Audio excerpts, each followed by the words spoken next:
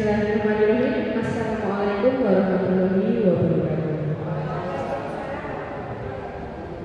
Terima kasih dan selamat datang kami ucapkan kepada Bapak Ibu guru peserta Diseminasi Budaya Positif yang terhormat Bapak Kepala SMP Negeri 2 Wonosobo, yang terhormat Bapak Ibu guru peserta Diseminasi Budaya Positif.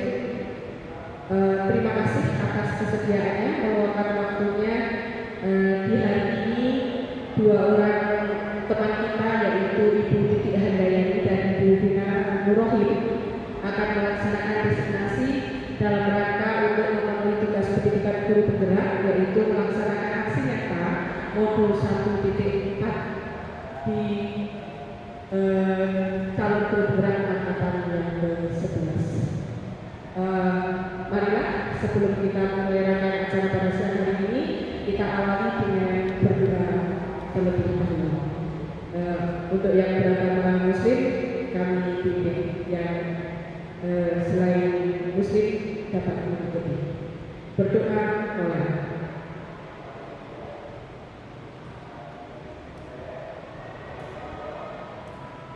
Selesai. Acara berikutnya adalah sambutan dari Kepala SMP Negeri 2 Wonosobo yang pada siang hari ini akan diwakili oleh Ibu Titi Kadarwati. Kepada beliau kami persilakan.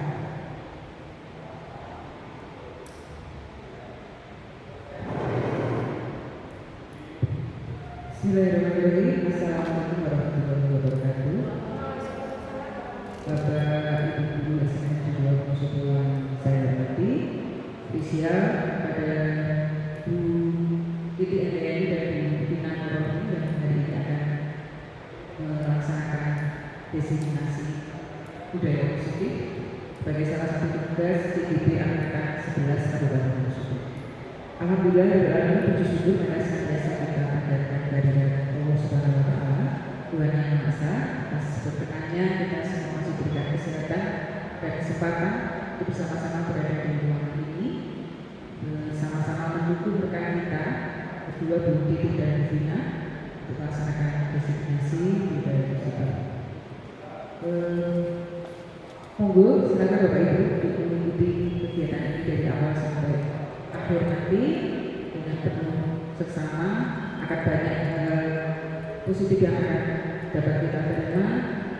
Kita dukung Bu Vina dan Bu Titi dalam melaksanakan tugas rangkaian pendidikan guru penggerak angkatan 11. Mudah-mudahan acara ini berjalan dengan lancar dan insya Allah akan mendapatkan hasil yang terbaik, manfaat untuk guru kita pribadi, manfaat untuk beliau berdua, dan yang terutama adalah manfaat untuk anak-anak kita. Demikian, mohon maaf apabila ada kekurangan dan kekurangan saya yang kurang berkenan. Saya Yuri, astagfirullahaladzim. Assalamualaikum warahmatullahi wabarakatuh.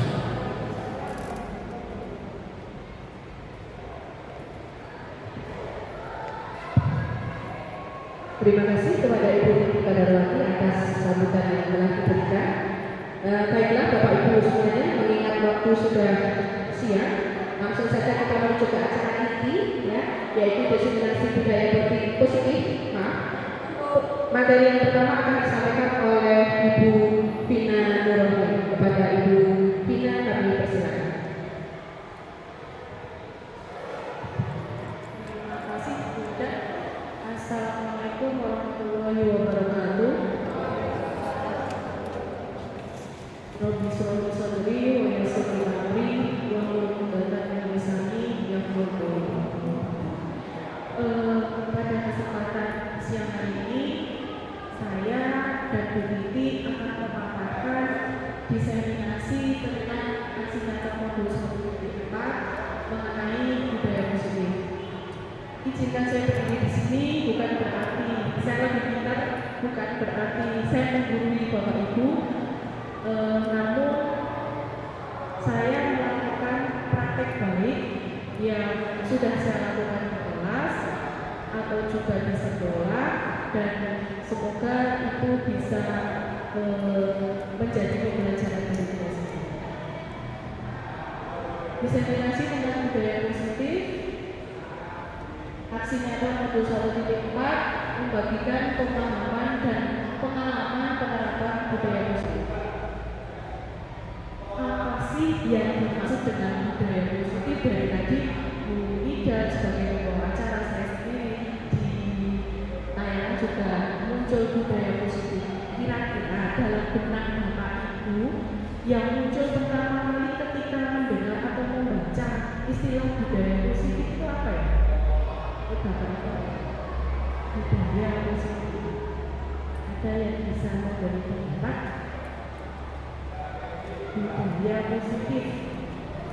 Apa yang terlintas di benak Bapak Ibu jika mendengar kata budaya positif? Mana ini? Pendapat budaya positif.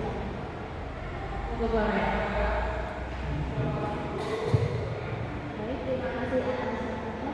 Menurut saya, budaya positif itu adalah sebuah budaya budaya yang sangat baik diterapkan di kelas sehingga memberikan manfaat yang baik untuk anak-anak juga. Terima kasih. Habituation itu bahasa Inggris. Habit itu kebiasaan bukan Pak? Nah, kebiasaan karena positif kan berarti kebiasaan baik ya, kebiasaan baik yang bisa diterapkan baik di kelas maupun di sekolah kita. Ini budaya positif itu adalah nilai-nilai atau keyakinan, kebiasaan. Tadi Bu Ami sudah menyebutkan tentang habit yang kebiasaan di sekolah yang mendukung perkembangan murid, menciptakan lingkungan yang nyaman, aman, dan juga menyenangkan. Nah, tujuan dari budaya positif sendiri itu untuk menumbuhkan karakter. Jadi memang ya didengung-dengungkan ya mau kita capai itu memang karakter ya sekarang agar anak didik itu dapat menjadi manusia dan juga anggota masyarakat yang baik. Itu adalah budaya positif. Nah, lalu kira-kira di sekolah kita sendiri kan budaya positif itu sudah jalan. Menurut Bapak Ibu apa saja budaya yang itu termasuk dalam budaya positif yang masuk atau sudah berlangsung di sekolah kita? Budaya positif yang sudah berjalan di sekolah kita kira-kira apa saja? Senyum, salam pagi hari itu ya. Sebelum pembelajaran itu kita menyambut peserta didik atau menyambut guru kita. Kemudian ada tadarus sebelum pembelajaran itu kita dibiasakan tadarus pagi dan juga pemahaman kitab bagi yang muslim. Berikutnya ada upacara bendera, kemudian kebersihan Jumat dan lain sebagainya. Nah, ini budaya positif apa yang sudah berjalan dengan baik ya di sekolah kita? Ini adalah contoh-contoh kegiatan budaya positif. Bisa ambil beberapa foto, ada kebersihan, salaman, tadi benar sekali. Kemudian ada kita setiap Jumat itu juga ada Jumat sehat, Jumat literasi, kemudian ada Jumat religi, itu masuk semuanya. Berikutnya, ternyata konsep utama dari budaya positif itu ada beberapa. Yang pertama yaitu ada perubahan paradigma belajar. Yang kedua, disiplin positif. Kalau kita bicara budaya positif itu di dalamnya ada disiplin positif. Berikutnya yang ketiga adalah motivasi perilaku manusia. Kemudian ada hukuman dan penghargaan. Masih hukuman dan penghargaan itu kalau di sekolah. Selanjutnya ada keyakinan kelas, kemudian posisi kontrol restitusi dan juga kebutuhan dasar manusia, dan yang terakhir adalah sertifikat restitusi. Mungkin nanti saya akan membahas sampai di nomor 5 terkait dengan keyakinan kelas, dan untuk posisi kontrol restitusi, kebutuhan dasar manusia dan juga sertifikat restitusi akan disampaikan nanti. Apa itu belajar dengan paradigma baru? Ternyata belajar dengan paradigma baru itu merupakan suatu cara pandang yang berbeda, yang mana pada saat dulu kita lebih sering menerapkan teacher center atau kita sebagai pusatnya. Jadi anak didik itu hanya menerima apa yang kita berikan. Kita mengajar di Jepang dengan metode ceramah ya kalau dulu seperti itu. Nah pada saat ini paradigma itu sudah berubah bahwa pembelajaran itu sebisa mungkin dilakukan dengan sistem student center atau berpusat pada murid. Pembelajaran dengan paradigma baru ini wujud nyatanya itu yaitu untuk pembelajaran berdiferensiasi. Saya yakin setiap bapak guru itu pasti sudah pernah melakukannya. Nah, pembelajaran diferensiasi ini yaitu pembelajaran yang sesuai dengan kebutuhan murid kita untuk menunjukkan profil pelajar Pancasila yang ada dalam dimensi ini ya. Nah, sekarang kita menuju disiplin positif. Apa? Kalau tadi kita berbicara tentang disiplin apa? Disiplin positif. Apa dalam benak Bapak Ibu yang muncul ketika kita membicarakan tentang disiplin kedisiplinan? Taat disiplin itu adalah suatu kata ya, ada yang lain konsisten dan konsisten taat yaitu masuk ke dalam suatu kedisiplinan. Ternyata banyak orang menghubungkan kata disiplin itu dengan kata petik, dengan kepatuhan, dengan ketaatan ya, terhadap peraturan. Nah, kata disiplin itu juga ada dihubungkan dengan hukuman. Misalnya apa ya, kalau di sekolah kita ada yang terlambat atau tidak mengerjakan PR, kemudian secara langsung kita memberikan hukuman kepada murid itu. Itu kadang ada orang yang menghubungkan seperti itu. Tapi sungguh bahwa sebenarnya disiplin positif itu justru tidak perlu memberikan hukuman. Hukuman itu adalah alternatif terakhir sendiri yang paling akhir, bahkan kalau bisa tidak usah dilaksanakan. Disiplin diri itu adalah disiplin yang dia berasal dari motivasi yang muncul dari diri kita sendiri, dari dalam, tidak karena hukuman, tidak karena misalnya yang saya mendapatkan juga, yang saya dipuji, tidak seperti itu, tapi disiplin itu muncul dari dalam diri gitu. Sebagai pendidik, tujuan kita untuk menerapkan disiplin itu adalah menciptakan anak-anak yang memiliki disiplin diri sehingga mereka bisa berperilaku dengan mengacu pada nilai-nilai kebajikan universal yang memiliki motivasi intrinsik bukan ekstrinsik. Ekstrinsik itu yang dari luar, misalnya karena takut sama hukuman dan lain sebagainya. Nah, disiplin itu erat kaitannya dengan nilai-nilai kebajikan. Kebajikan itu yang paling universal itu yang sering kita dengar yaitu melalui profil pelajar Pancasila ada beriman dan bertakwa, berkebinekaan global, bergotong royong, mandiri, kreatif, kritis dan sebagainya. Kemudian ada juga beberapa tindakan yang di situ masuk ke dalam nilai-nilai kebajikan seperti peduli, rajin, keberanian dan lain sebagainya. Nah, kita menuju ke teori motivasi. Motivasi itu adalah dorongan yang timbul pada diri seseorang baik secara sadar maupun tidak sadar untuk melakukan suatu tindakan dengan tujuan tertentu. Nah, motivasi itu ternyata bisa dibedakan jadi dua, yaitu motivasi ekstrinsik dan juga motivasi intrinsik. Motivasi ekstrinsik itu yang pertama adalah untuk menghindari ketidaknyamanan atau hukuman karena adanya suatu hukuman. Ada motivasi karena takut, misalnya saya berangkat ke sekolah, gimana caranya tidak terlambat karena saya takut nanti masuk ke guru BK, nanti dimarahi sama guru BK, misalnya seperti itu. Nah, itu sudah motivasi ekstrinsik, yaitu takut adanya suatu ketidaknyamanan. Kemudian yang kedua, untuk mendapatkan imbalan atau penghargaan dari orang lain itu masuk ke dalam motivasi ekstrinsik. Dan yang paling bagus bagus itu adalah untuk menjadi orang yang mereka inginkan dan menghargai dari nilai-nilai dari kebajikan itu sendiri. Itu motivasi internal memang muncul dari dalam diri kita secara ikhlas untuk melaksanakan kedisiplinan itu, bukan karena takut ada hukuman, bukan karena takut gerbangnya nanti ditutup, bukan takut tidak dipuji dan lain sebagainya. Itu adalah motivasi intrinsik atau motivasi internal.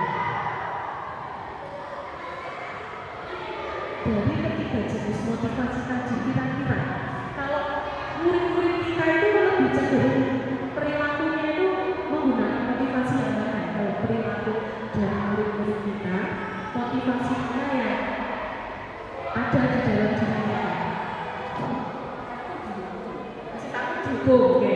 Murid-murid kita mungkin takut dihukum, seperti tadi kita bicarakan, misalnya mau tidak terlambat masuk ke sekolah karena nanti kalau kita terlambat pintu gerbang sudah ditutup, misalnya seperti itu. Berarti kan masih murid-murid kita itu masih lebih banyak ke motivasi yang eksternal ya, dari luar.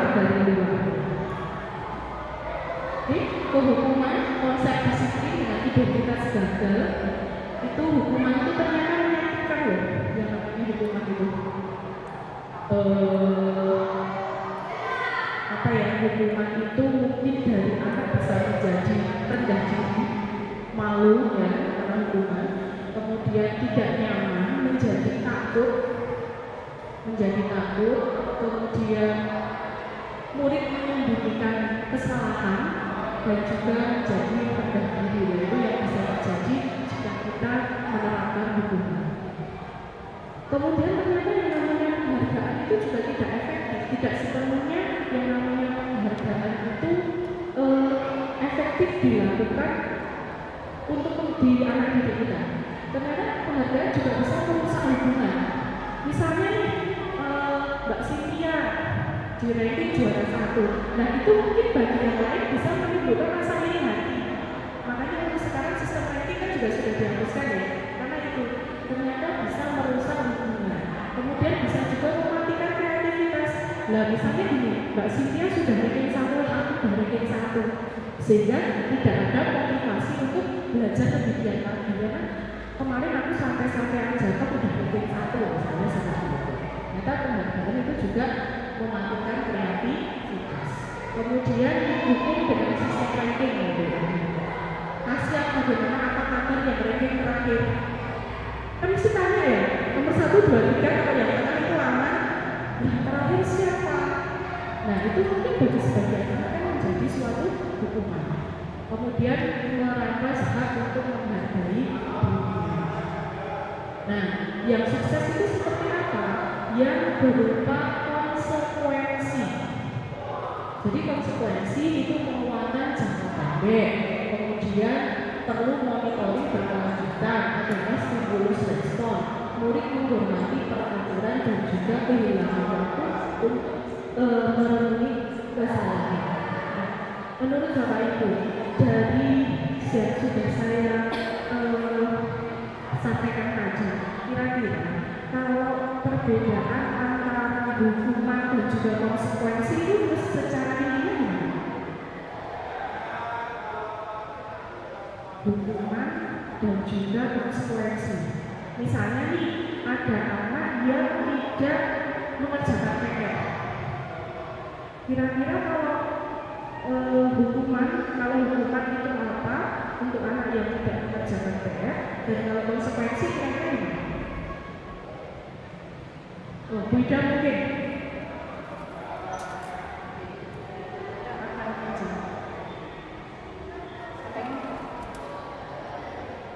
Oke, saya akan coba menjawab pertanyaan dari sampai sini ya. Maaf, kabelnya ya. Ya, saya akan coba menjawab pertanyaan dari Ibu Vina. Perbedaan antara hukuman dengan konsekuensi, begitu ya. Kalau menurut saya, kalau hukuman itu biasanya dilaksanakan dengan mendadak atau tiba-tiba. Jadi anak melakukan pelanggaran, pada saat itu langsung kita memutuskan hukumannya apa. Jadi mendadak dan tiba-tiba. Tidak ada keterlibatan anak di situ.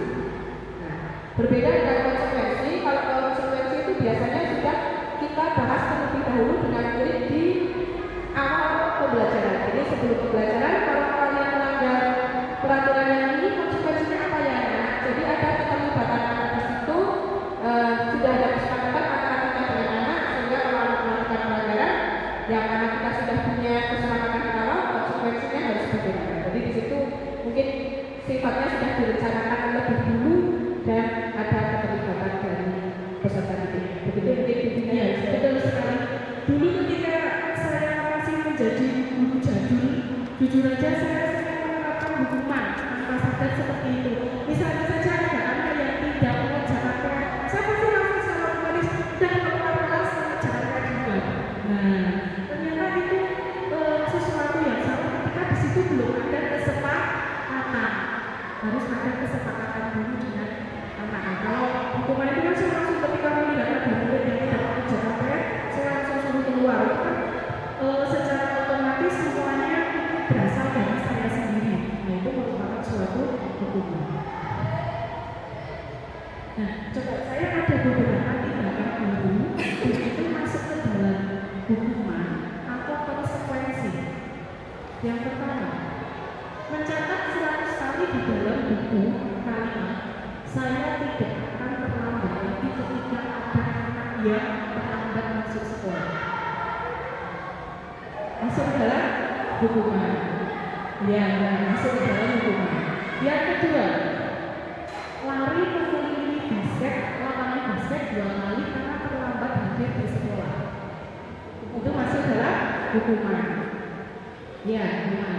Membersihkan coretan yang dibuatnya di meja tulis. Ada anak yang itu kan suka ada kita yang anak kita yang menulis menggunakan tiek, nah misalnya atau spidol. Nah kalau kita membersihkan coretan itu bukan untuk konsekuensi. Itu merupakan suatu konsekuensi. Murid diminta untuk push up 15 kali karena tidak menggunakan masker. Nah, merupakan suatu hukuman. Menggantikan kertas tugas teman yang telah dicoret-coret itu merupakan suatu konsekuensi. Berjemur di lapangan basket pukul 12 siang karena mengobrol dengan teman itu merupakan suatu hukuman. Saya tidak tahu maksudnya. Bertelanjang kaki sepanjang hari tidak menggunakan sepatu karena mungkin murid kita itu menggunakan sepatu yang tidak berwarna hitam sesuai dengan peraturan. Itu masuk ke konsekuensi atau hukuman. Masuk ke dalam hukuman. Ya, masuk ke dalam hukuman. Berdiri di depan kelas sambil mengangkat kaki satu karena tidak bisa menjawab pertanyaan. Hukuman. Membersihkan tumpahan air di meja tulis ketika tidak sengaja menyinggung. Konsekuensi. Kehilangan 10 menit jam istirahat.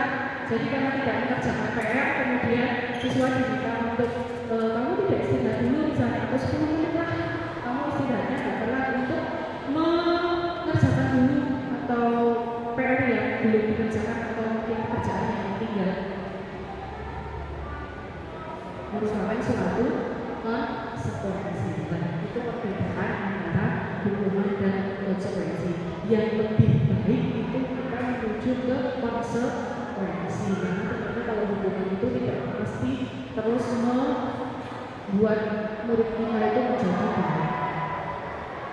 Nah, ini menuju keyakinan kelas. Keyakinan kelas saya yakin Bapak Ibu guru semua sudah melakukan. Saya pun di awal sudah melakukan, tapi ternyata ada beberapa bagian yang belum sesuai, sehingga saya akan berbagi baik itu keyakinan kelas di sini, terutama posisi saya di sini sebagai wali kelas yang saya praktekkan. Nah, mengapa keyakinan kelas tidak melakukan? Mengapa? Kok harus keyakinan kelas kok tidak peraturan kelas? Kira-kira apa itu jawabannya? Lebih baik keyakinan atau lebih keyakinan. Apa yang membedakan antara peraturan dan keyakinan? Motivasinya. Intrinsik dan ekstrinsik. Ya, kalau peraturan itu masuk ke ekstrinsik, sedangkan kalau keyakinan itu masuk ke intrinsik. Biasanya kalau peraturan itu ya muncul dari sisi siapa? Dari gurunya ya, misalnya kayak peraturan atau tata tertib sekolah itu kan sudah disediakan dari sekolah gitu ya. Sedangkan kalau keyakinan itu memang dari hasil kesepakatan. Kan kita tidak dalam membuat keyakinan kelas kan. Pokoknya pas mendengarkan pembelajarannya Bu Vina, itu kalian harus mendengarkan. Sepakat atau tidak? Itu bukan suatu keyakinan. Yang namanya keyakinan itu justru muncul dari apa? Keyakinan itu harus muncul dari apa? Misalnya tidak boleh gini, harus mengerjakan PR. Sepakat atau tidak itu jadi keyakinan kita. Nah terkadang kan ada yang seperti ini. Nah itu ternyata bukan merupakan suatu keyakinan, itu masih peraturan ya. Kalau keyakinan itu kita gali dari murid kita. Murid kita ya pengen kelas itu seperti apa sih, seperti itu. Kita gali dari situ. Jadi benar-benar karena yang itu yang membuat murid sehingga diharapkan, maka keyakinan itu juga akan dilaksanakan murid dengan sepenuh hati tanpa adanya hukuman, tanpa adanya konsekuensi. Mereka akan melaksanakan dengan ikhlas karena semua untuk rasa aman, rasa senang, dan juga pembelajaran itu bisa berjalan dengan lancar. Mengapa sih kita membuat peraturan tidak boleh membuat baju di kelas?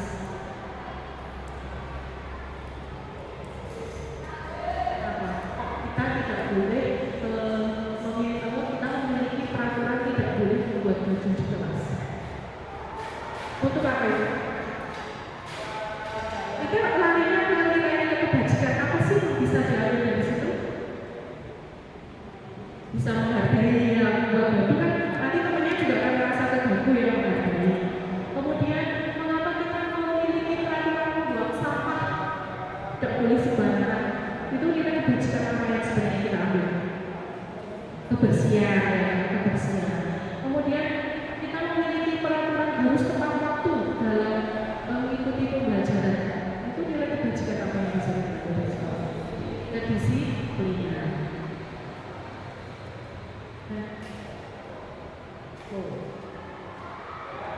Nah, kalau ada kembalikan barang ke tempatnya, nilai kebajikan apa yang bisa kita ambil? Mengembalikan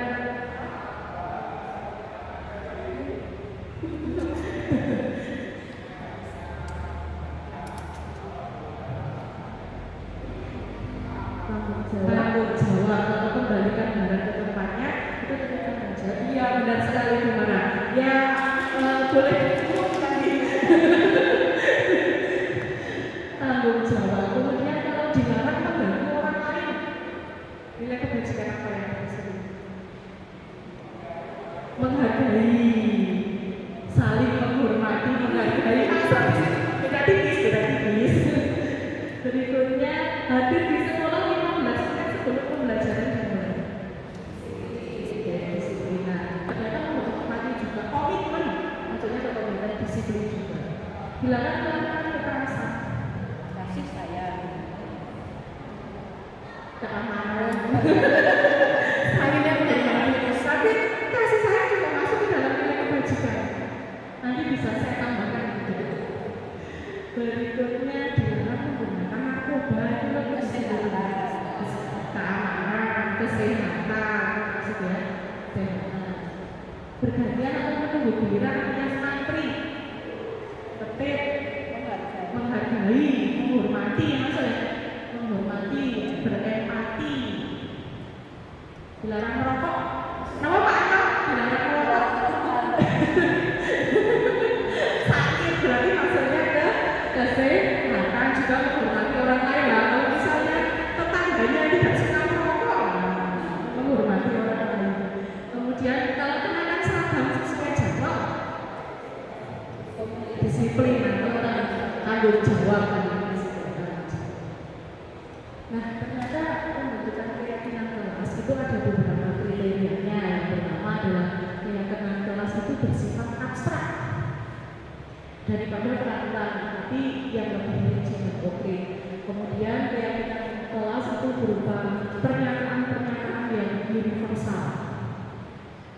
Keyakinan kelas itu senantiasa dibuat dalam bentuk kalimat positif. Lah ini sebenarnya saya dulu masih melakukan ketika sama anak-anak 7 hal kami pertama kali membuat keyakinan kelas, dan saya belum belajar ini itu masih menggunakan kalimat tidak boleh membuli, tidak boleh membuang sampah sembarangan, misalnya seperti itu. Dan ternyata kalau keyakinan kelas itu diusahakan menggunakan kalimat positif agar mindset kita itu selalu positif ya. Kalau tidak boleh membuang sampah sembarangan itu di mindset kita itu kadang-kadang membuang sampah sembarangan. Berbeda kalau misalnya menjaga kebersihan, jadi di mindset kita akan selalu berusaha untuk menjaga kebersihan. Kemudian keyakinan kelas itu sesuatu yang bisa diterapkan di kelas tersebut, tidak usah dalam bahasa Jawanya ngoyo-ngoyo ya, membuat bagus-bagus tapi ternyata anak-anak kesulitan untuk melaksanakannya. Itu kan berarti bukan suatu keyakinan kelas. Kemudian semua warga sekolah itu berkontribusi dalam pembuatan keyakinan kelas. Jadi sekali lagi tidak tidak dari kita. Saya dulu ada suka kalau tidak muncul itu suka dan gemes gitu. Gimana kalau ini jadi keyakinan kelas kita setuju atau tidak? Dulu kalau belum tahu itunya terus seperti itu. Tapi ternyata itu sesuatu yang salah. Makanya saya menggali dulu dari anak. Apa sih yang mereka inginkan? Apa sih yang membuat mereka nyaman? Prosedur pembentukan yang pertama adalah curah pendapat. Jadi curah pendapat itu pendapat dari anak-anak kita gali, kita kumpulkan ini apa sih dari 32 anak itu kita minta pendapat semua. Kemudian mencatat bisa di papan tulis atau di kertas sticky note atau post-it ya, bisa dilakukan di situ. Kemudian itu tadi tidak menggunakan kalimat-kalimat yang negatif. Contohnya jangan berlari di kelas, sebaiknya berjalanlah di kelas. Jadi mindsetnya tetap selalu positif. Kemudian tinjau kembali. Kenapa kok ditinjau? Karena dari 32 anak kadang kita mendapatkan 32 peraturan yang berbeda gitu ya. Anak-anak pengen sepertinya kita tinjau kembali. Kira-kira yang sama yang mana yang bisa disepakati banyak orang. Di situ peran kita tidak terus membiarkan sudah semua usulan dari anak-anak, kemudian kita meninjau kembali, tinjau ulang. Kemudian tidak perlu banyak-banyak, 3-7 keyakinan kelas menurut saya sudah cukup. Tidak terlalu banyak tapi akhirnya banyak anak yang melanggar seperti itu. Kemudian ditandatangani bahwa setiap anak itu menyetujui bahwa keyakinan itu benar-benar dari mereka, dan kemudian ditempelkan agar semua anak itu bisa membaca. Dan terkadang apakah hanya ditempelkan saja selesai, kita selesai sudah menggunakan keyakinan kelas, sudah membuat kartu, apakah hanya seperti itu? Tidak, terkadang kita tinjau ulang. Nah ini keyakinan kelas dalam apa? Sudah saya praktekkan kemarin ini di kelas 8. Kebetulan saya wali kelas di kelas 8. Yang pertama ini curah pendapat. Jadi anak-anak menuliskan pendapat mereka. Saya menggunakan pertanyaan atau perintah, tuliskan peraturan yang ingin kalian sepakati. Semua peraturan yang ingin kalian sepakati itu apa? Masing-masing anak menuliskan di kertas post-it. Kemudian saya meminta satu anak untuk membacakan. Kira-kira sih bisa dikumpulkan karena kadang ada yang sama, misalnya tidak membuang sampah sembarangan, kemudian tidak menyimpan bungkus jajan di laci. Nah sebenarnya kan itu sama. Nah, kita pilih akhirnya terbentuk 10 buah pendapat. Di situ saya tuliskan saya menulis di papan tulis. Untuk berikutnya saya minta untuk meninjau apakah masih ada menggunakan kata-kata atau kalimat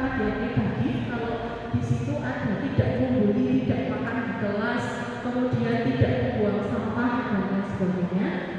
Berikutnya adalah mempositifkan kalimat.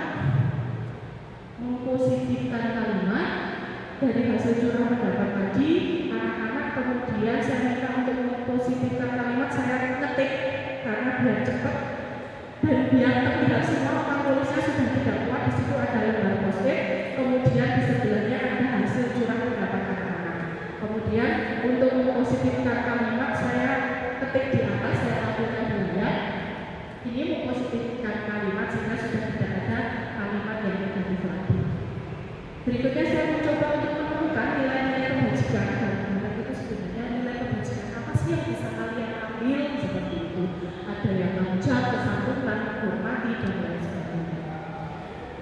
Kemudian karena ada 10, kami mengambil 5 tinjauan kesepakatan kelas biar tidak terlalu banyak. Tadi ada yang sama, kemudian kami jadikan 5, yaitu masuk kelas dan mengerjakan tugas tepat waktu, izin ketika meninggalkan kelas, mendengarkan guru saat menjelaskan, saling menghormati, menyayangi, membantu antar teman dan juga menjaga kebersihan kelas, tiket sesuai dengan jadwal. Ini menjadikan keyakinan kelas dalam mana, dan sesudah mereka menyetujui, kemudian anak-anak mencetak keyakinan kelas dalam mana dan mereka menandatangani keyakinan kelas itu bahwa itu merupakan hasil kesepakatan mereka. Kemudian saya minta untuk menempelkan di depan, karena di depan kan biar setiap saat mereka baca, setiap saat mereka ingat. Dan sengaja saya meminta mereka untuk membuat di banner agar lebih besar, jadi terbaca dari belakang pun terbaca. Itu adalah keyakinan kelas di Jawa. Kemudian untuk mengantisipasi jika ada yang melanggar dari keyakinan kelas itu, kami juga membuat ini konsekuensi. Konsekuensi ini hadir dari anak-anak. Jika kamu misalnya ada yang masuk kelas kemudian tidak mengerjakan tugas tepat waktu, apa yang mau kalian konsekuensinya apa? Kemudian anak mereka ditegur aja Bu. Kemudian jika sudah beberapa kali orang tua saya siap dipanggil, itu semuanya muncul dari anak. Nah, yang terakhir ini saya iseng scroll Shopee, ternyata saya menemukan di Shopee itu ada yang menjual poster keyakinan kelas, seperti itu. Nah, menurut pendapat Bapak Ibu, jika sekolah atau kelas itu membeli, apa yang hilang dari keyakinan kelas itu? Apakah ada sesuatu yang hilang? Apakah itu benar bisa jadi kita beli kemudian tinggal ditempel? Karena ternyata ada yang menjual kesepakatan dan harganya murah ya, hanya 9.800, hanya 13.000 di Shopee. Ada yang bilang nggak dari tujuan dari keyakinan kelas itu dijual? Ada. Gimana yang berpendapat? Bu Mara, monggo. Baik, terima kasih. Kalau menurut saya ada sesuatu yang hilang. Yang pertama jelas rasa tanggung jawab dari setiap anak. Tanggung jawab dari setiap anak. Kemudian yang kedua kehilangan kedisiplinan karena mungkin mereka menyepelekan dari yang dipasang itu karena kan saya tidak membuat berarti dalam arti lain mereka kehilangan kemerdekaan untuk memilih model pembelajaran yang mereka inginkan atau kegiatan yang mereka inginkan selama di kelas.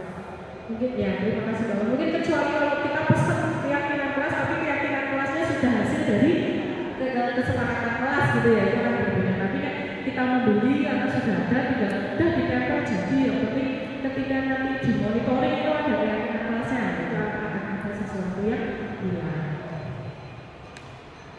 Oke, cukup sekian dari pemaparan dari saya. Kurang lebihnya mohon maaf, terutama jika banyak kesalahan. Itu semua dari saya karena keterbatasan saya sebagai manusia. Mohon maaf. Wassalamualaikum warahmatullahi wabarakatuh.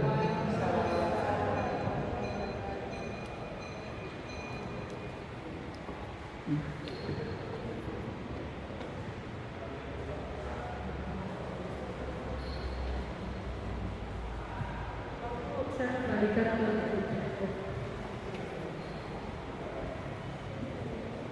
Oke, baik. Terima kasih Bu Vina, menginspirasi sekali ya. Sebelum mengikuti penjelasan dari Bu Vina, saya waktu membuat keyakinan kelas 9C, ya membuat saja. Gitu. Ternyata ada beberapa aturan yang harus kita ada prosedurnya gitu ya, mempositifkan karena begitu ya. Kemudian sebaiknya tidak usah banyak-banyak, mungkin saya membuatnya masih terlalu banyak. Besok akan saya ulang lagi untuk kelas 9C ya. Terima kasih sekali Bu Vina, menginspirasi sekali. Baik, untuk kesempatan yang kedua, pemateri yang kedua yaitu dari Ibu Titik Handayani Rahayu yang akan membawakan materi mengenai segitiga restitusi ya, Bu Titik ya. Nih, monggo kami persilakan sepenuhnya kepada Ibu Titik Handayani Rahayu.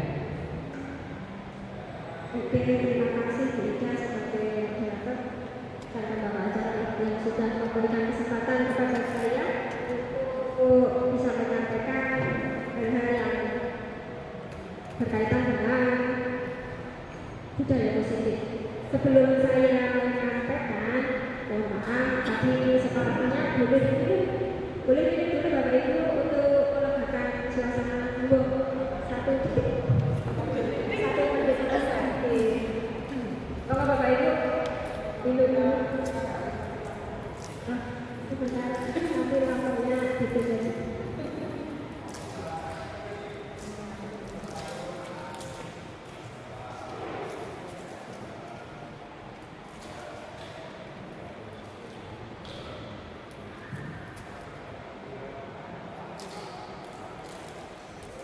Terima kasih untuk kegiatan hari ini sudah dulu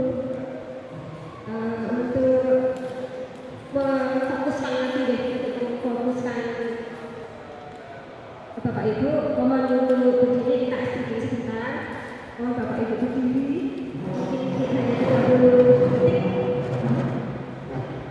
Ya. Terus kegiatan hari ini berkaitan dengan budaya positif. Mohon Bapak Ibu berpasangan, berbalik arah. Ya, beda dulu. Ya.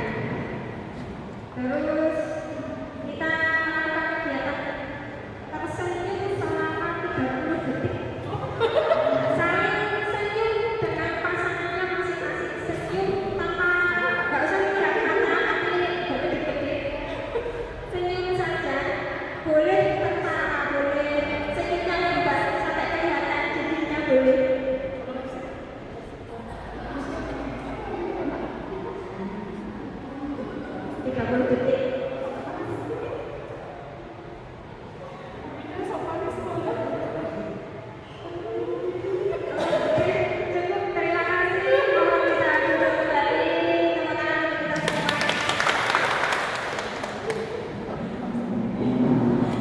Tidak dipaksakan deh Ibu. Ada nilai positif yang diperoleh dari kegiatan tersenyum. Senyum, salam, dan sapa sudah disampaikan tadi, termasuk budaya positif yang sudah dilakukan oleh sekolah kita. Saya akan melanjutkan dan saya mereview sebentar berkaitan dengan apa yang sudah digagas oleh Bu Vina tadi. Bu Vina sudah menjelaskan beberapa konsep utama budaya positif, di antaranya disiplin positif. Disiplin positif di sini tadi hanya mereview sebentar bahwa disiplin positif itu dijalankan harus sesuai dengan atau sudah sesuai dengan profil pelajar Pancasila dan dilaksanakan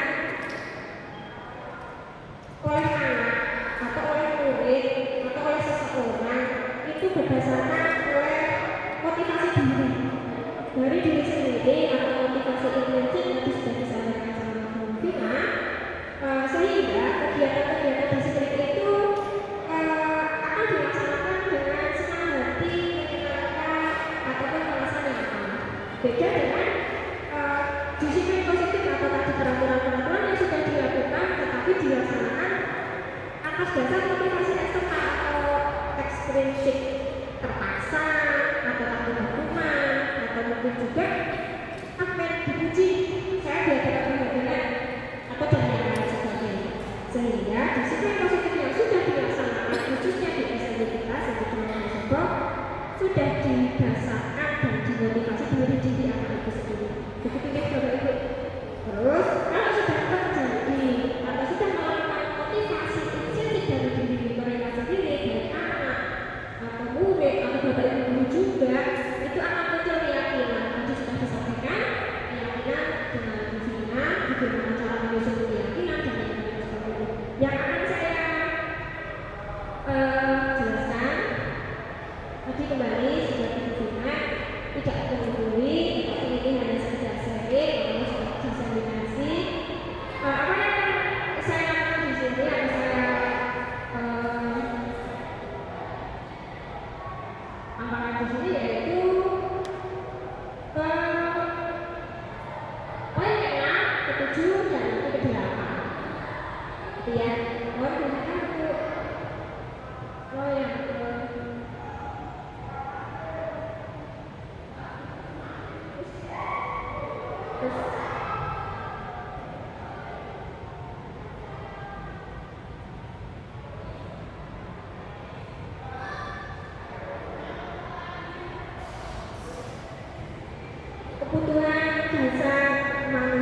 kebutuhan dasar manusia ataupun juga kebutuhan pokok manusia. Apa sih yang dimaksud dengan kebutuhan pokok dan kebutuhan pokok dasar atau yang harus diperhatikan oleh manusia itu apa? Menurut Bapak Ibu, kira-kira kebutuhan dasar kita sih apa untuk memenuhi hidup kita? Makan. Ada lagi di sini. Makan kebutuhan hidup. Ada lagi tidur, nyaman, tadi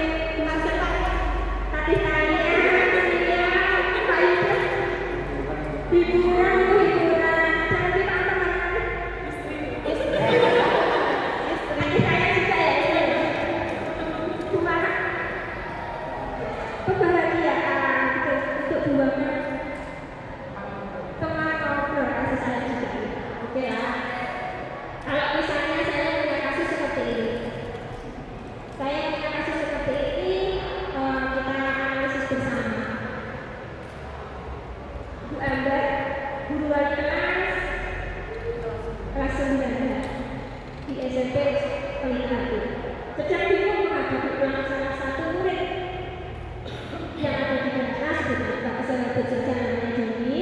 Beberapa anak di kelas tersebut melakukan padanya dan mengeluhkan Joni seringkali berbuat gaduh sehingga suasana kelas tidak nyaman. Saat pembelajaran Bu Amber menanyakan alasan Joni melakukan hal ini. Kira-kira alasan apa yang dilakukan oleh Joni sehingga Joni melakukan hal seperti itu? Campur cari perhatian, oke, ada lagi kurang kasih sayang, betul, pintar, ada lagi bosan, bisa, oke, itu adalah alasan-alasan kenapa Joni melakukan hal seperti itu. Sehingga kalau kita tahu alasannya, maka kita juga tepat untuk memberikan solusinya. Begitu ya Bapak Ibu.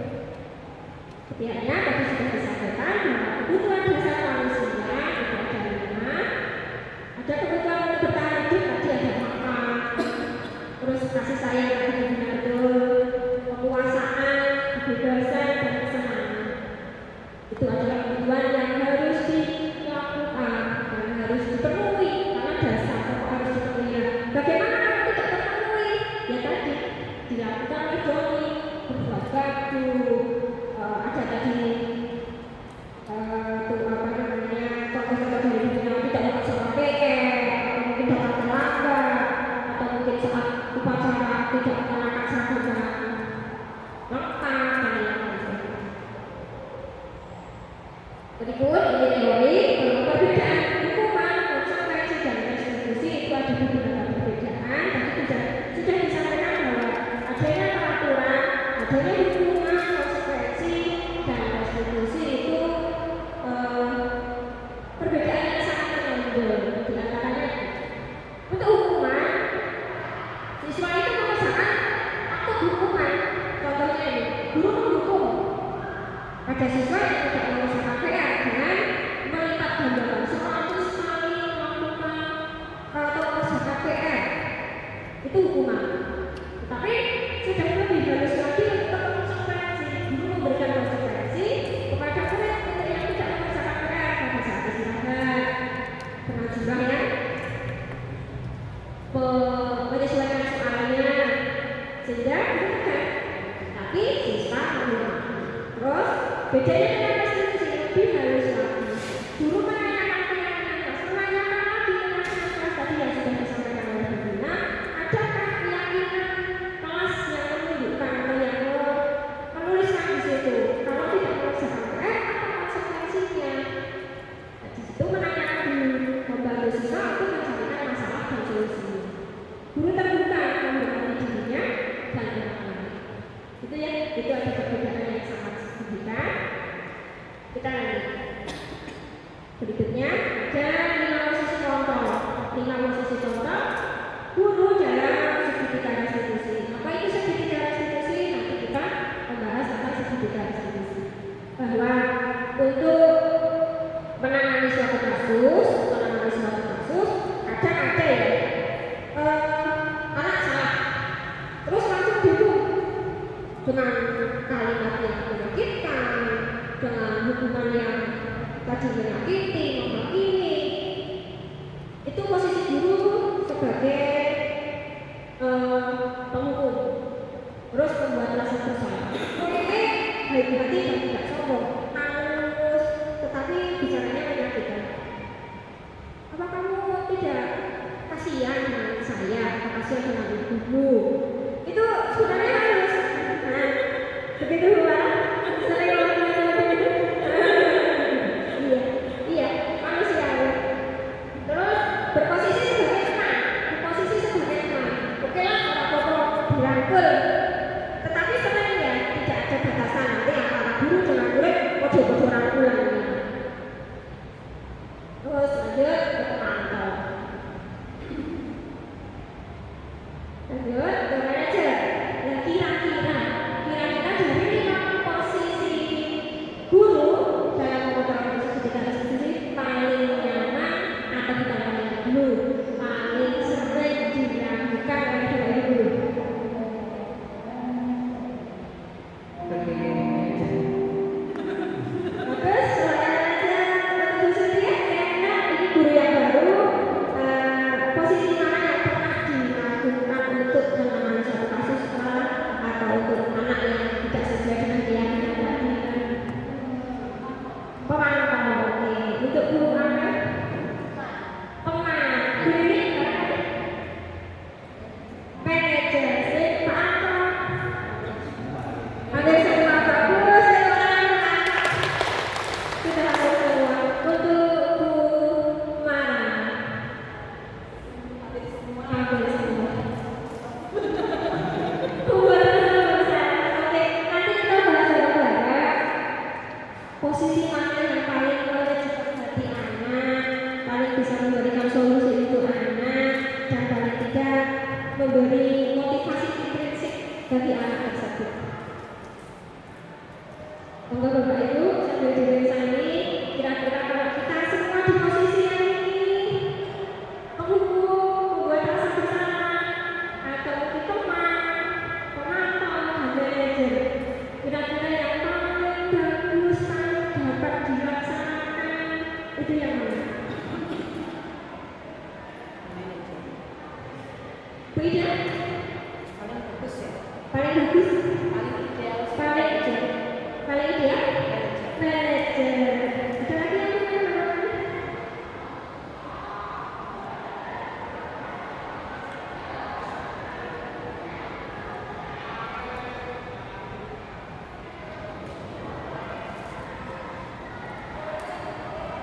Oke, Bunda sudah memberikan ini ya, statement atau pendapat bahwa manajer itu yang paling ideal, paling bagus yang digunakan di dalam menangani sebuah kasus untuk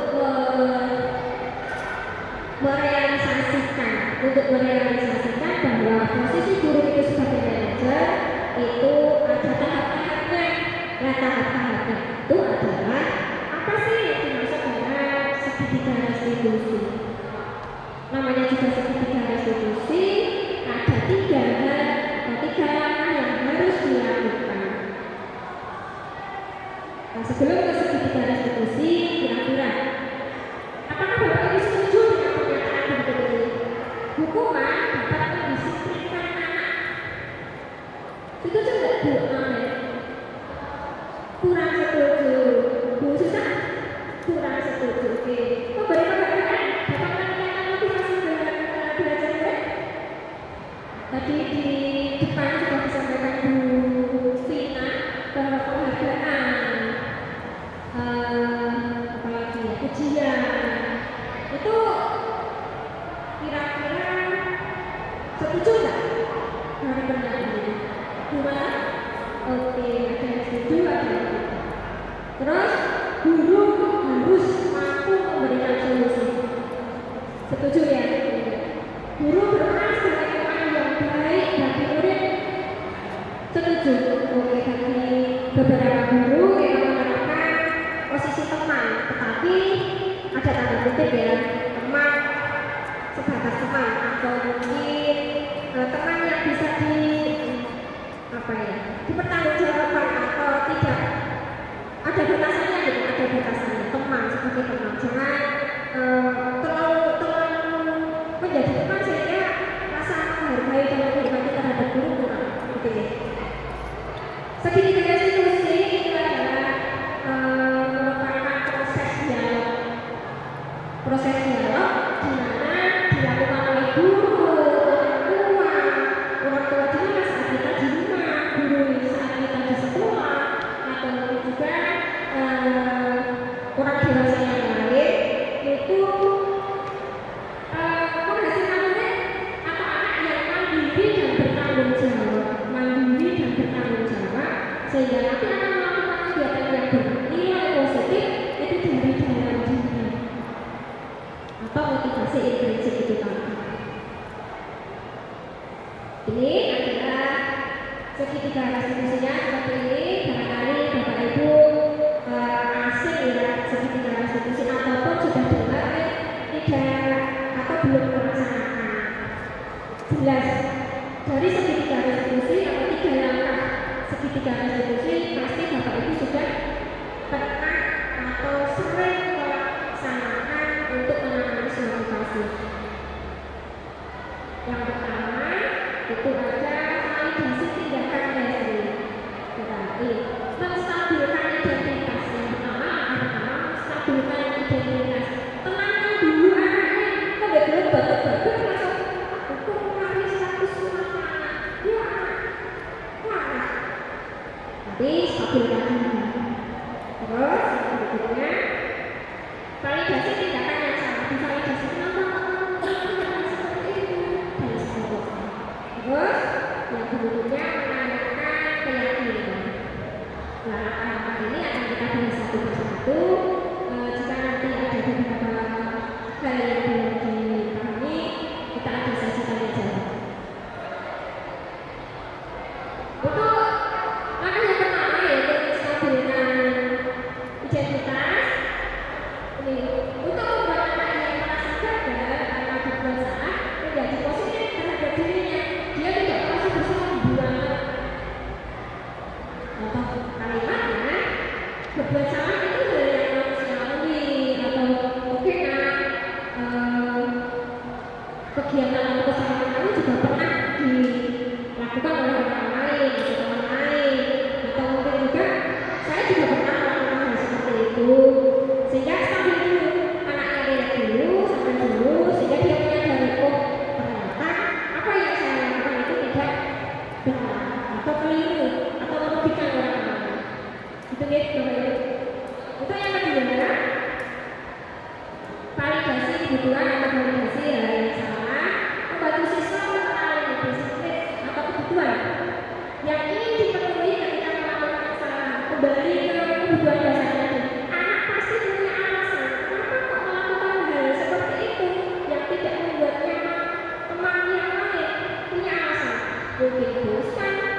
atau mungkin dia ingin perhatian, kasih sayang, ingin kebebasan, atau mungkin juga ingin kekuasaan. Sehingga kalau kita tahu alasannya, kita tahu juga solusinya.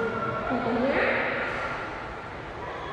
kamu bisa saja melakukan hal yang lebih buruk, tetapi kamu tidak melakukannya. Atau mungkin juga kamu pasti punya alasan. Ini kata penjadinya, kenapa kamu bisa melakukan seperti itu? Karena kamu punya alasan, pasti punya alasan. Alasannya apa? Ceritakan saja, itu nanti akan menceritakan. Kita sudah berdengar, sehingga bisa muncul keluh kesahnya, kebutuhan bersama apa yang tidak terpenuhi dan yang lain sebagainya. Itu ya Bapak Ibu. Terus berikutnya menanyakan keyakinan. Hal-hal yang perlu ditanyakan contohnya apa nilai yang kita percaya di kelas atau di sekolah kita, atau mungkin tadi apa nilai keyakinan apa yang sudah disepakati oleh kelas. Apakah kalau perbuatan seperti itu sesuai dengan keyakinan kelas yang sudah disepakati? Terus kira-kira kalau seperti itu bagus atau tidak? Solusinya seperti apa lah? Guru di sini akan memberikan solusi atau siswa akan memberikan pernyataan yang akan menjadi solusi dari dia. Jika anak-anak punya motivasi diri, oh saya harusnya seperti ini ya Bu. Oke, betul. Itu adalah solusi yang paling baik. Dan seperti itu, guru hanya nanti akan mengeluarkan disiplin-disiplin atau budaya positif apa yang belum dilaksanakan. Saya juga sudah melakukan kegiatan untuk praktek nyata di segitiga restitusi. Nanti saya akan memberikan videonya untuk mungkin Bapak Ibu bisa melihat hal tersebut. Jadi tadi sudah menstabilkan aktivitas, stabilkan dulu, terus validasi tindakan yang salah. Saya sudah melakukan ini. Terus berikutnya saya melakukan yang berikutnya, dan anak tersebut nanti memberikan solusi-solusi yang akan dia lakukan sendiri. Sambil menunggu, kira-kira ada hal yang perlu kita bicarakan lebih lanjut berkaitan dengan segitiga restitusi tersebut. Apakah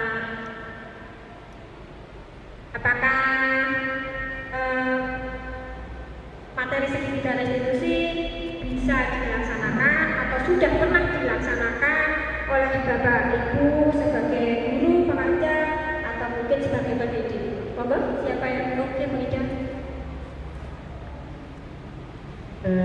Baik, terima kasih kesempatan yang sudah diberikan kepada saya Bu Titik. Saya tertarik tadi dengan ada 5 posisi kontrol guru, ya. Guru bisa bertindak sebagai penghukum, pemantau, kemudian teman, ya. Yang paling ideal tadi manajer, ya.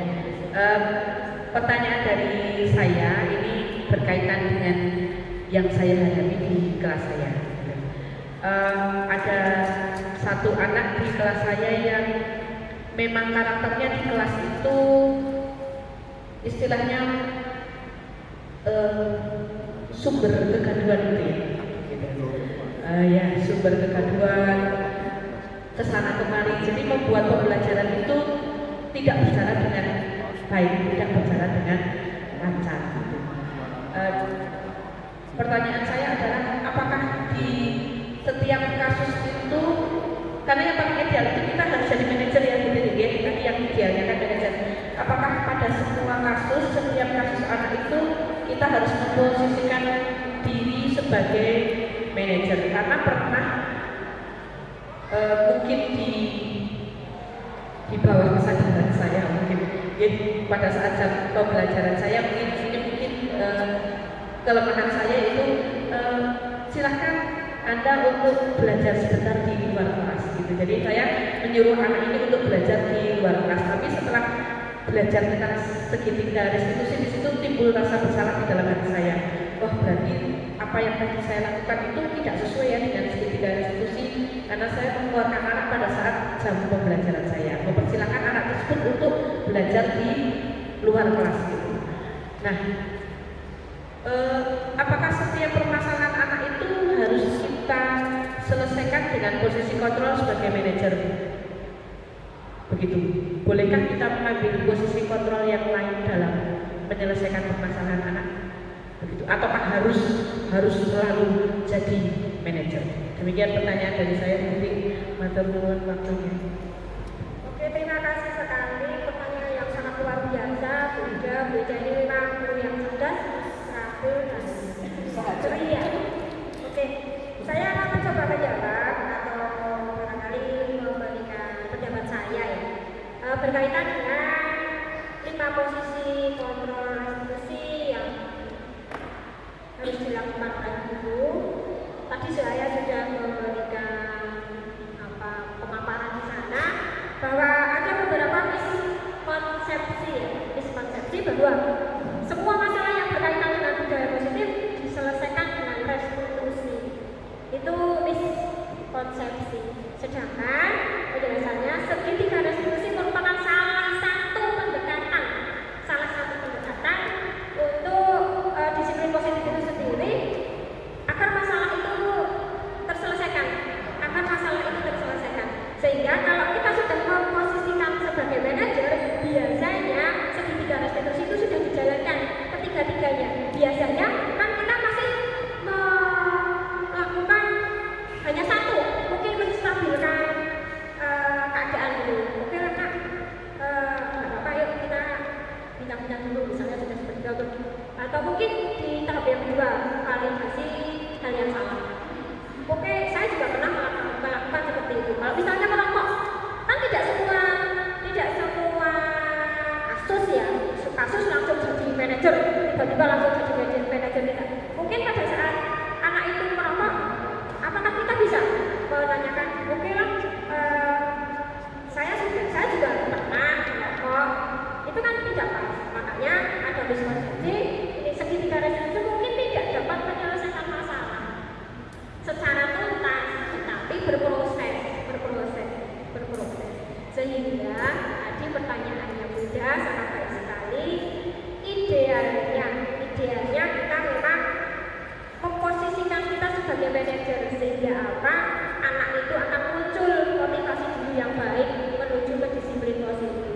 Tetapi ada kalanya kita perlu kok, atau sebagai guru atau sebagai orang tua menjadi teman, sehingga anak itu nyaman dulu. Nah, di posisi teman itu kan di segitiga restitusi menstabilkan posisi teman dulu, tapi ada batasan ya. Tadi disampaikan ada batasan teman. Kita menyamankan anak dulu, mungkin sebagai teman. Nah, nantinya pada posisi ideal itu kita akan menjadi sebagai manajer. Begitu Bu Ida, atau mungkin teman yang lain? Oke, siap. Bu Ida, Bu Rita mau tanya atau? Oh siap, ini ya. Terima kasih Bu Titi atas waktu yang diberikan. Luar biasa apa yang dipaparkan Bu Titi. Ternyata selama ini saat saya menjadi seorang guru itu ternyata belum begitu baik gitu. Ternyata saya menjadi guru selama bertahun-tahun ini tuh ternyata saya berdosa karena saya tidak mendidik anak, kemudian ada permasalahan, kemudian tidak saya selesaikan juga dengan baik. Nah, dari yang Bu Titi barusan paparkan itu saya menjadi punya gambaran, kedepannya saya akan seperti itu gitu. Kemudian di sisi lain, apa yang tadi Bu Titi paparkan, ternyata saya sudah pernah melaksanakan, tetapi mungkin saya tidak mengetahui ilmunya, atau bahkan alurnya itu tidak seperti alur segitiga restitusi. Jadi ternyata saya pernah melaksanakan ya, ternyata memang ada ilmunya, memang ada langkah-langkahnya seperti itu. Jadi apa yang tadi disampaikan Bu Titi itu sangat menginspirasi saya setuju sekali dengan apa yang disampaikan. Mudah-mudahan kedepannya saya akan menjadi guru yang dapat membahagiakan murid saya. Terima kasih Bu Titi. Oke, terima kasih Bu Rita. Ya, tepuk tangan untuk Bu Rita akan menjadi guru yang dapat menyenangkan murid-muridnya. Itu sangat bagus sekali. Oh iya, Bu Ida, ini ceria sekali untuk kegiatan hari ini ya.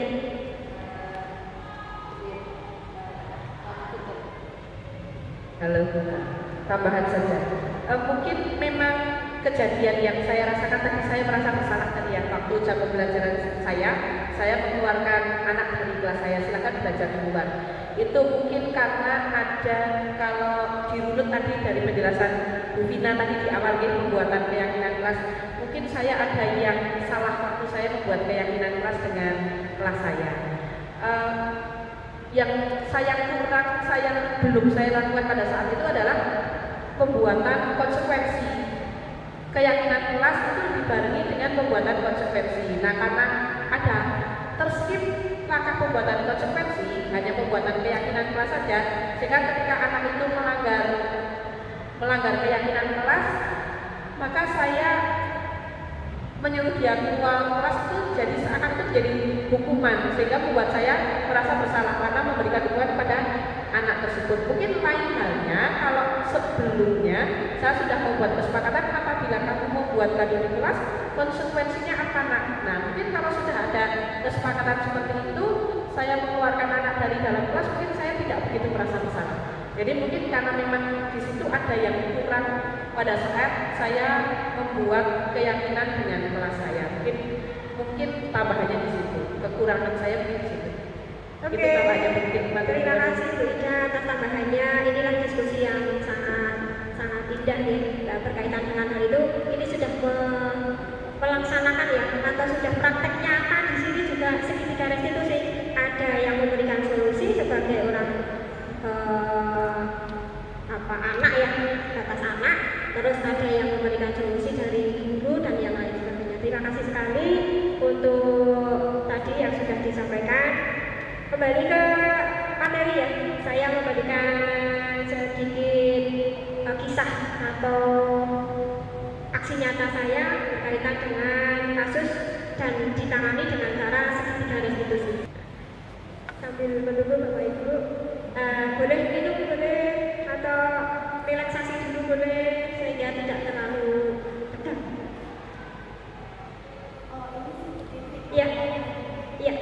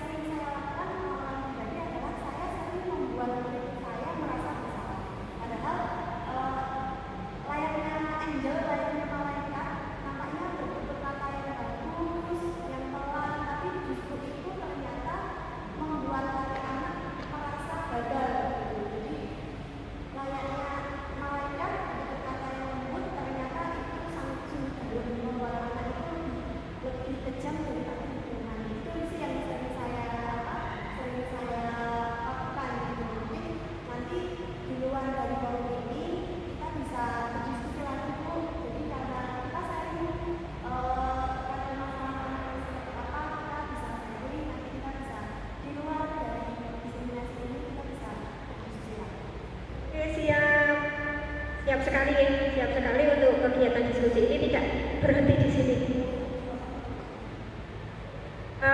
Tadi sudah disampaikan berkaitan dengan yang disampaikan sama Bu Rita, posisi kontrol yang merasa bersalah itu. Tadi sudah disampaikan betul sekali, manis tapi menyakiti. Itu yang membuat kita sering tidak sadar ya, tidak sadar.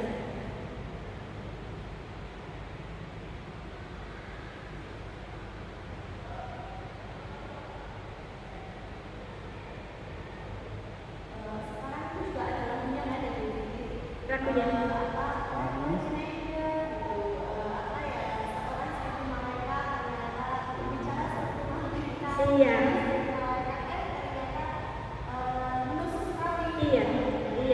itu yang sering ya. Kita sepertinya halus banget ternyata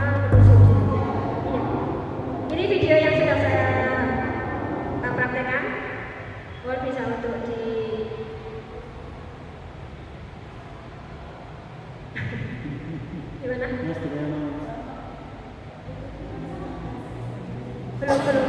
Belum saya. Full screen atau?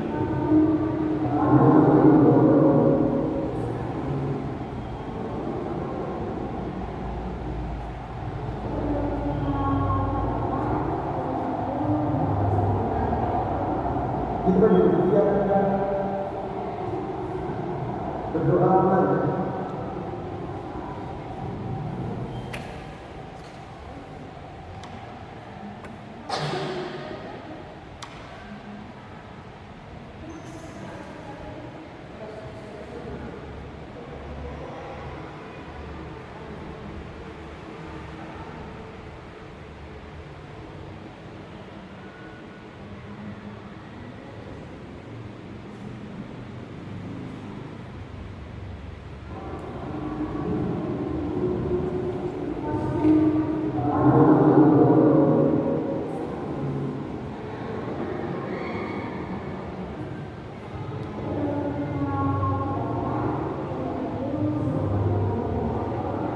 Kita bersiapkan berdoa mulai.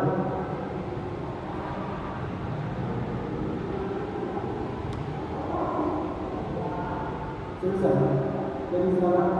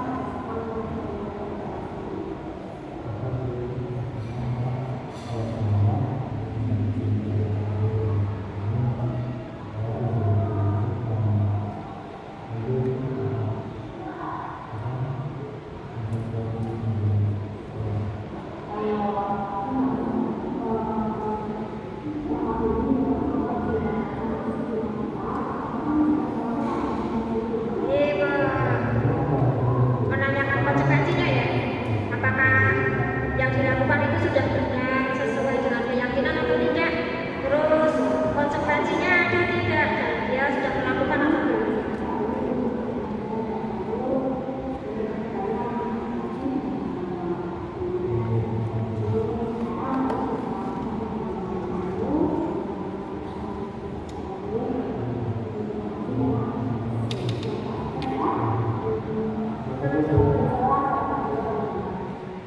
Itu mungkin dari saya. Kasus pertama ada 2 kasus, tapi saya tidak menyampaikan semuanya ya karena waktu terbatas.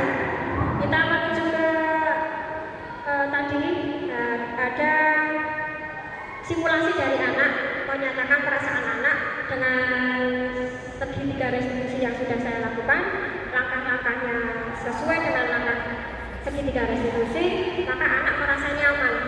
Di video saya ada anak merasa nyaman, tidak terhakimi, dan anak tersebut akan melakukan kegiatan atau memperbaiki diri tanpa rasa takut dihukum atau mungkin hanya karena pujian, tapi dari diri anak tersebut punya motivasi untuk memperbaiki.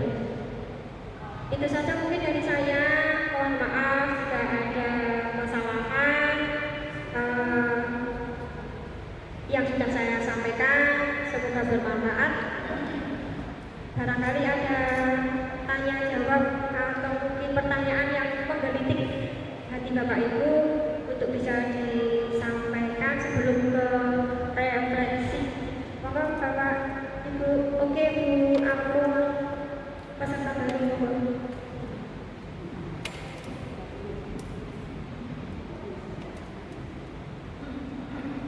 Nanti mungkin saya atau Bu Vina yang menjawab pertanyaan.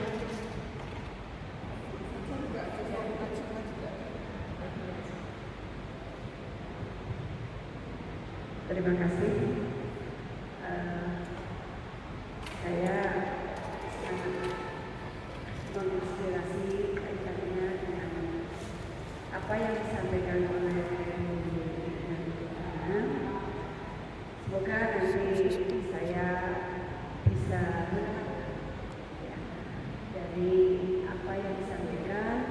Salah satunya yang sangat membantu itu kaitannya dengan keyakinan kelas dan juga segitiga restitusi. Jadi saya menangkap yang disampaikan bahwa di situ ada keyakinan kelas menuju ke segitiga restitusi berkaitan dengan pengalaman saya, yaitu menangani kasus anak. Di sini kasus anak tersebut mungkin hampir sama di kelas, tetapi di sini kasus yang saya tangani itu anak sudah apa istilahnya di sini, anak yang sudah di luar.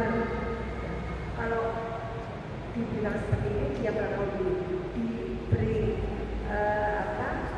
keterangan seperti ini, anak akan melakukan dan dia akan terus melakukan.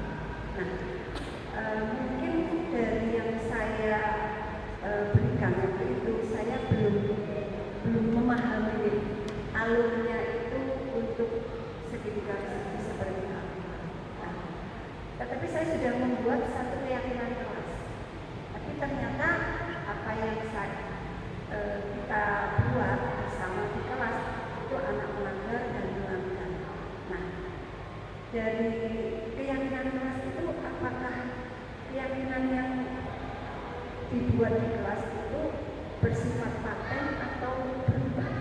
Karena melihat situasi dalam penanganan anak yang saya tangani itu tidak menunjukkan suatu perubahan, dan mungkin di situ muncul kaitannya konsekuensi yang harus diterapkan.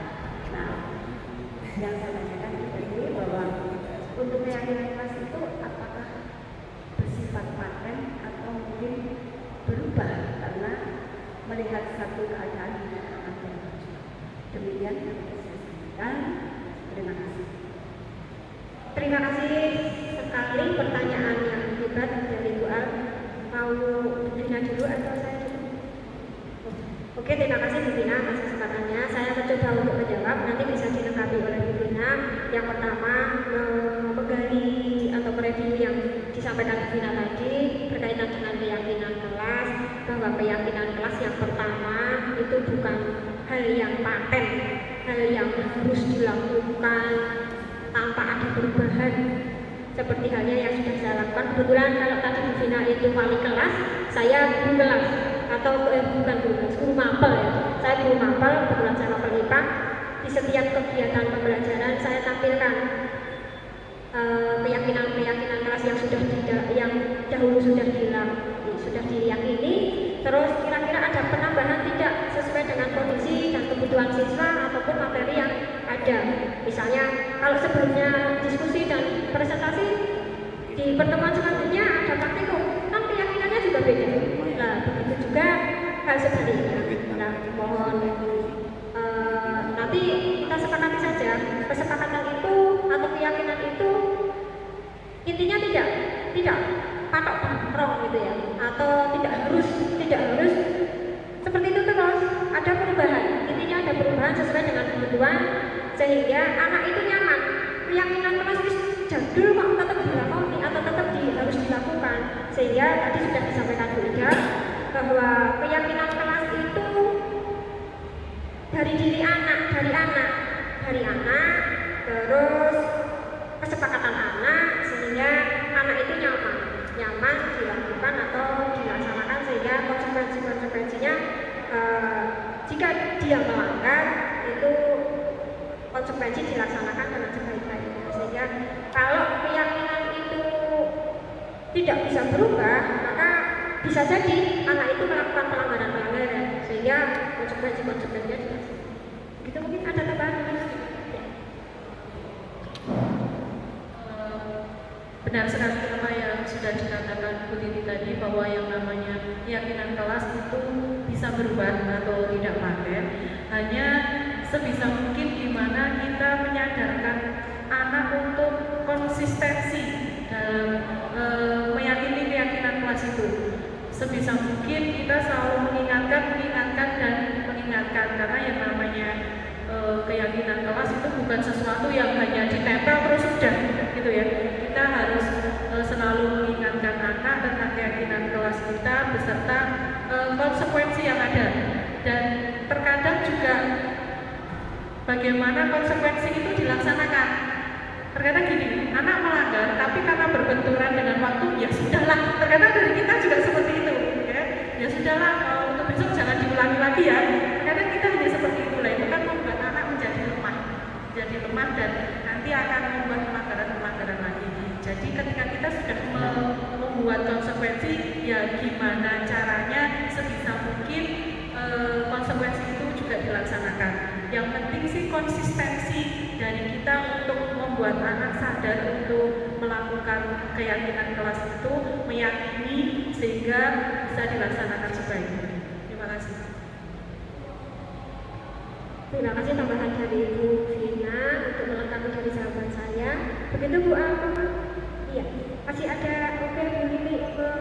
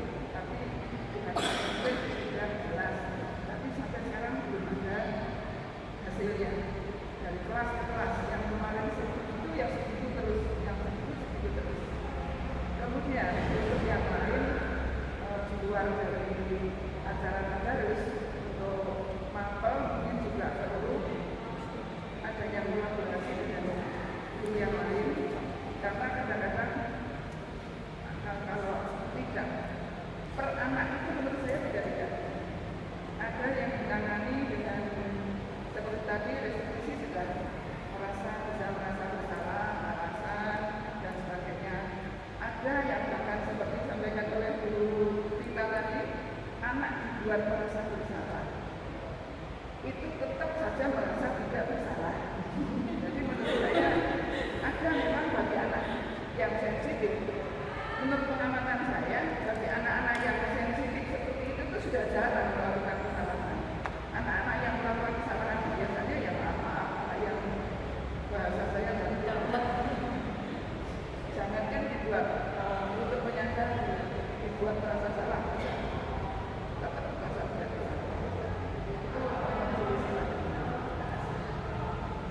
Terima kasih sekali, pertanyaan yang hebat-hebat sekali berkaitan dengan satu pertanyaan. Saya dulu atau mungkin yang tua dulu atau yang senior dulu? Untuk pertanyaan pertama, bolehkah kolaborasi untuk keyakinan kelas? Menurut saya, boleh sekali. Berkaitan dengan hal itu, kolaborasi kata kuncinya untuk menyelesaikan masalah atau untuk memberikan solusi. Kalau misalnya gini, keyakinan kelas saat jam pertama untuk tadarus dan yang lain sebagainya, kalau kita tangani sendiri kan tidak bisa itu, tidak bisa, sehingga butuh orang lain itu namanya kolaborasi. Betul sekali. Penanganannya karena anak belum bisa tadarus tadi kasusnya tidak bisa membaca Al-Quran, kalau kita memberikan solusi kan belum tentu benar, atau kita sendiri belum bisa membaca Al-Quran dengan baik dan benar, ya kita panggil ahlinya. Di kemudian hari mungkin ada program sekolah BTK, itu bentuk solusi atau kolaborasi dari guru agama. Dan selanjutnya misalnya kalau tidak dari BTK, mungkin saat pembelajaran PAI mereka dipantau, mereka dituntut bagaimana caranya agar bisa melakukan atau membaca Al-Quran dengan baik, minimal bisa dulu. Itu bentuk kolaborasinya. Dengan kata kunci bahwa keyakinan kelas sangat-sangat bisa untuk berkolaborasi, sehingga anak juga menjadi kebiasaan. Oh, pelajaran IPA keyakinannya seperti ini, pelajaran bahasa Indonesia keyakinannya seperti ini, beda sekali, sehingga anak malah lupa apa keyakinan itu. Nah, bentuk kolaborasi itu membantu mengingatkan siswa untuk keyakinan itu dilaksanakan. Mungkin itu Ibu. Ya.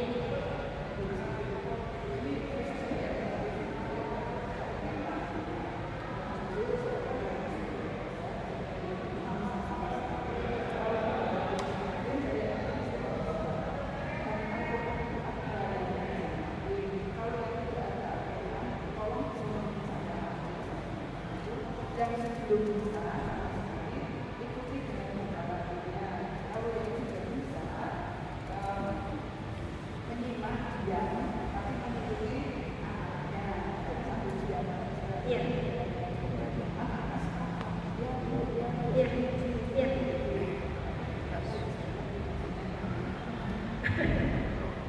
Mungkin itu tidak sebagian besar, mungkin hanya satu atau dua. Kalau hanya satu atau dua, coba Bapak Ibu untuk menyelesaikan dengan tadi segitiga restitusi itu, sehingga anak bisa termotivasi diri untuk menyelesaikan masalah. Mungkin itu Ibu. Ada lagi mungkin sedikit lebih. Gini, memang yang namanya keyakinan kelas itu dibutuhkan konsistensi yang harus semua stakeholdernya. Jadi misalnya seperti Bu Lili memperlakukan kesepakatan kelas seperti itu, hanya Bu Lili jam itu kan mungkin hanya dalam satu minggu, hanya satu hari gitu ya Bu Lili. Nah ketika di hari berikutnya mulai tidak memperlakukan hal yang sama kan ya percuma, karena anak-anak lah sama Bu A aja tidak gitu loh. Jadi buat apa gitu, mungkin hanya pas Bu Lili saja. Berarti kan akan percuma kalau seperti itu.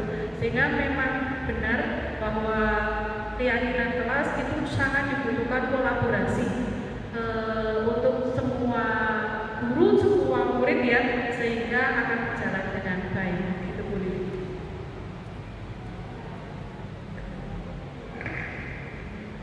Ada lagi mungkin pertanyaan? Kalau sudah cukup, terima kasih sekali atas partisipasi Bapak Ibu. dalam kegiatan diseminasi saya untuk memenuhi tugas program guru penggerak angkatan 11. Saya dan Ibu Vina mohon maaf sekali. Sebelum diakhiri, mungkin ada refleksi dari Ibu. Oke, siap. Terima kasih Bu Titi dan Bu Vina. Memang banyak sekali ya apa yang ternyata baru saya ketahui. Tadi apa yang ditanyakan oleh Bu Koma, kemudian apa yang ditanyakan oleh Bu Lili, ya betul sekali. Kita memang sudah memiliki keyakinan kelas, namun terkadang kita kurang konsisten yang pertama, dan saya baru mengetahui bahwa untuk menumbuhkan keyakinan kelas itu tidak hanya bisa kita lakukan sendiri gitu, ternyata bisa dengan berkolaborasi. Itu yang pertama. Jadi kita sebagai guru di sini banyak rekan-rekan, jadi kita jangan merasa pusing sendiri, mungkin bisa curhat atau mungkin bisa menyampaikan diskusi, jadi supaya ada solusi bersama. Ya, terima kasih. Kemudian yang kedua, dengan adanya restitusi ini saya jadi banyak pandangan, kemudian saya otomatis akan bagaimana caranya menjadi guru yang lebih baik, seperti yang tadi saya sampaikan, supaya saya dapat menjadi guru yang dapat dirindukan oleh murid saya. Jadi luar biasa, bagus sekali, membuat banyak gambaran mengenai ke depan saya harus seperti apa. Terima kasih Bu Titi dan Bu Vina. Oke, terima kasih sekali atas refleksinya. Itu saja dari saya dan Bu Vina. Mohon maaf sekali mengganggu kemerdekaan Bapak Ibu semuanya. Semoga bermanfaat, sekali lagi semoga bermanfaat dan bisa sharing tukar ilmu, tukar pikiran untuk menyelesaikan bahwa anak didik kita beragam, unik, sehingga solusinya juga banyak. Segitiga restitusi itu mungkin menjadi salah satu penyelesaian masalah. Itu saja dari saya. Assalamualaikum warahmatullahi wabarakatuh. Saya kembalikan ke pembawa acara ini. Baik, boleh aplaus untuk kedua teman kita.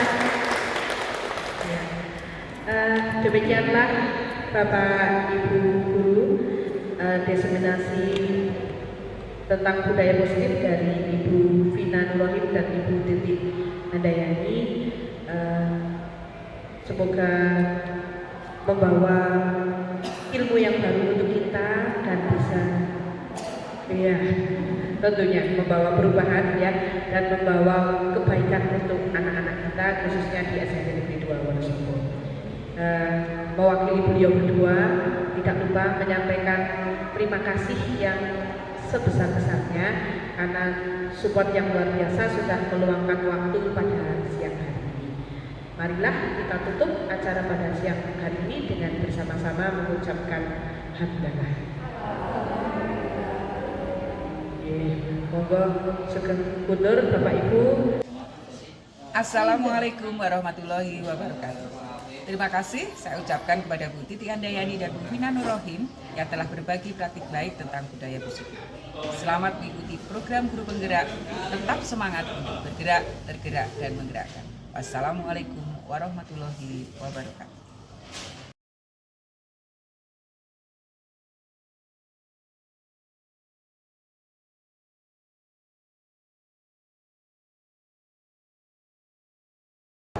Oke, pada kesempatan kali ini kita akan membuat keyakinan kelas untuk ke-8. Nah, keyakinan kelas itu sebenarnya dipakai buat apa? Untuk menciptakan lingkungan belajar kalian yang aman, saling menghormati, kemudian kondusif. Berikutnya, untuk meningkatkan disiplin dan keteraturan di kelas, meningkatkan fokus dan konsentrasi kalian, kemudian membangun rasa hormat dan tanggung jawab, meningkatkan komunikasi dan juga kerjasama, dan yang terakhir adalah meningkatkan motivasi belajar. Nah, untuk pertama kalinya, yang pertama, silakan masing-masing kalian menuliskan peraturan apa yang ingin kalian sepakati di kelas. Peraturan apa yang ingin kalian sepakati di kelas. Apapun peraturan apa yang ingin kamu sepakati di kelas.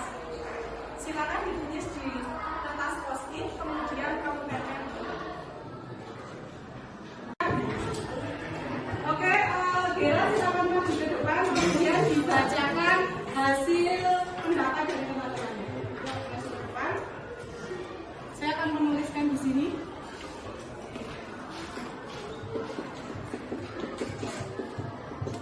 Yuk, kira-kira berapa temennya Pak?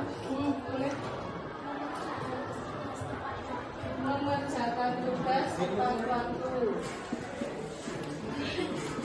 Nah, tadi dari hasil yang kalian tulis, kemudian Uina sudah mencoba memilah-milah nih, kira-kira ada 10 pendapat kalian. Nah, dari pendapat kalian tersebut, ternyata masih ada yang bernilai negatif. Contohnya di situ tidak membuli. Nah, sekarang mari kita positifkan kata-kata yang atau kalimat yang negatif itu kita ubah menjadi bentuk kalimat yang positif. Yang pertama di situ saya sambil ya mengerjakan tugas. Sudah positif itu? Sudah. Oke, yang kedua apa? Izin ketika meninggalkan kelas sudah positif? Tidak. Mendengarkan saat guru menjelaskan. Lanjut. Kalau tidak membuli itu apa? Kalimat yang positifnya apa kalau tidak membuli? Kalimat positif. Hindari, masih ada kata hindari. Masih ada kata jangan. Jadi kalimat positif tidak menggunakan kata tidak, jangan, hindari. Apa kalimat lainnya apa?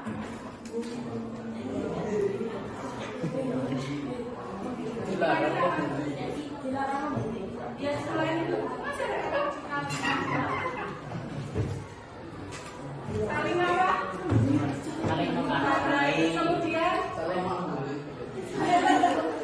saling menghargai, kemudian saling membantu, kemudian saling menghormati, kemudian saling menghormati, menyayangi, membantu gitu ya, membantu anak. Nomor 5 apa? Tidak makan di dalam kelas. Kalimat positifnya.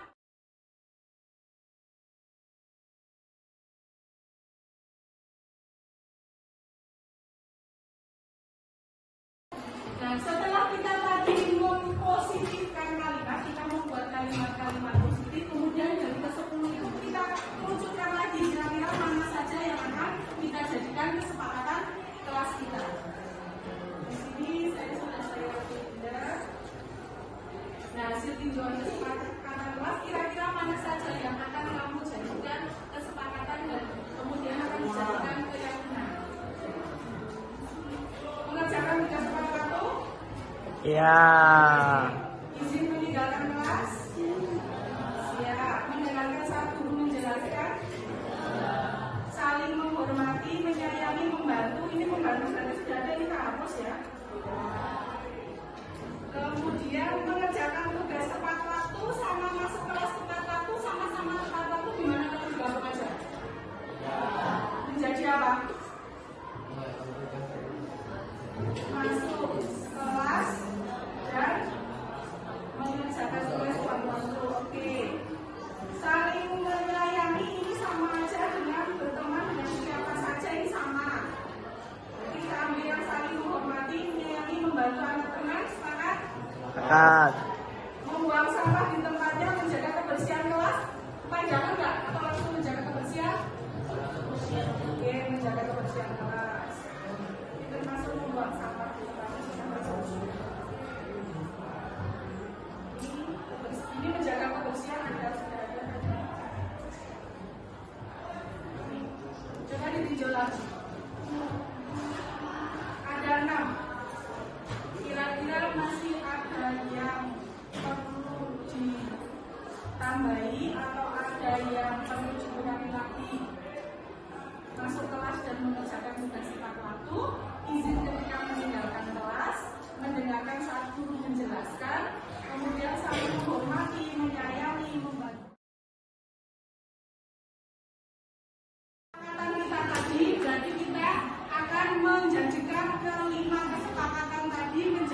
suatu keyakinan. Yaitu yang pertama apa saja?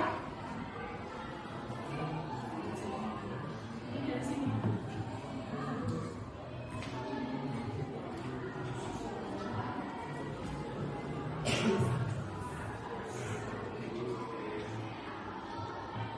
Ini keyakinan dari apa yang sudah kamu bikin pelajari.